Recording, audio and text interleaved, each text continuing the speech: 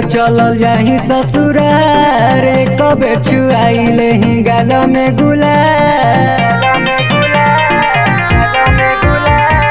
तोरी के दिल चलल जाही ससुरार कबे छुआइले ही गाल में गुलाल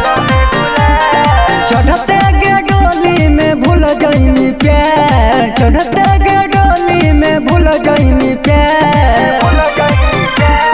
खुश रहमी लेके भाता रहने कहना तहु गे खुश रहमी लेके भाता रहने कहना तहु गे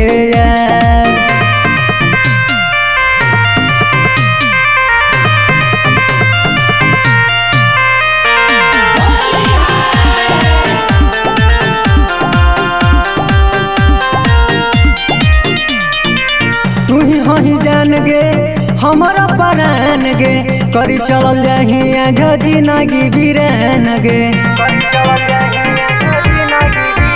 जान उड़िए जाई पिंजरा खोली गे दिल पर दागी के जाही गोली गे रह के आई तो जान तोहरे खेल रह के आई तो जान तोहरे खेल खुश रहमी लेके भाता रहने कहना तहु गे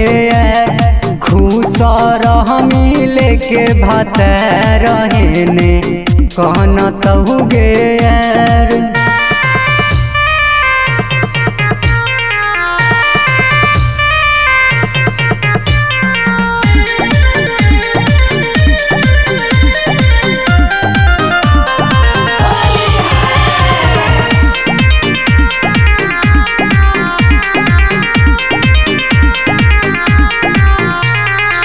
कहू भगवान से दुनिया जहान से दिल न लगैबौ अब कोनो न जान से